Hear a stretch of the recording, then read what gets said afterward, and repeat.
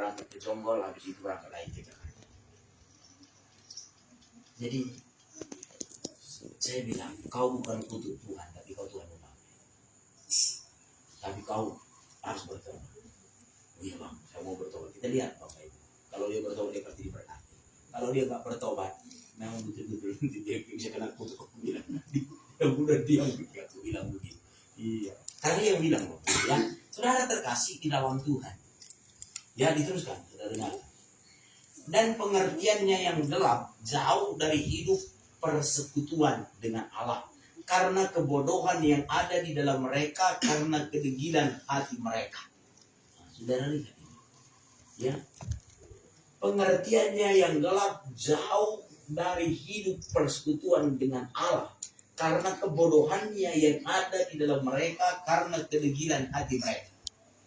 Dia pikir untungnya apa? Orang-orang yang menjauhkan diri daripada persekutuan, pertemuan-pertemuan ibadah, enggak ada bagi dia itu untungnya, ruginya cuma ada.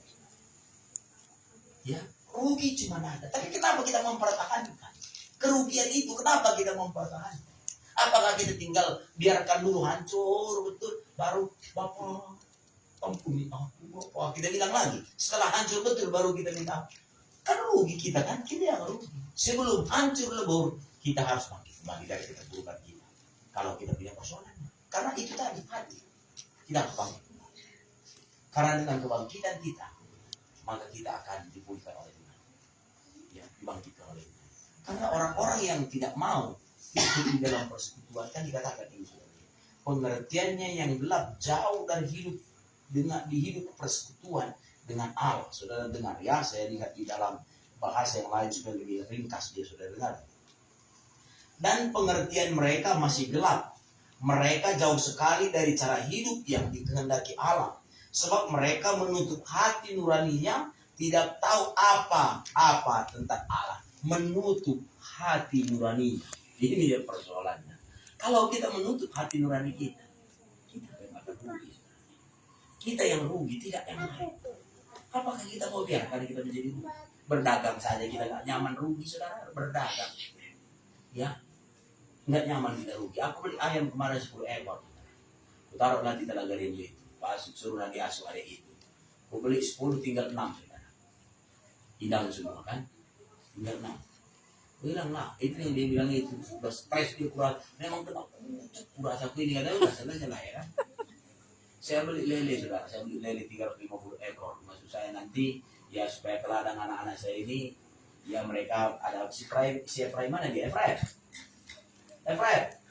sini. Jangan pergi. Dia kan suka mancing saudara. Tapi saya nggak suruh dia mancing ke tempat-tempat lain. Saya bilang Pak, saya mancing nggak, karena saya takut dia ke laut kemana. Karena dia kan, ya kadang mungkin nggak tahu dia kedalamannya mau main-main terjebak di situ, saya pikir.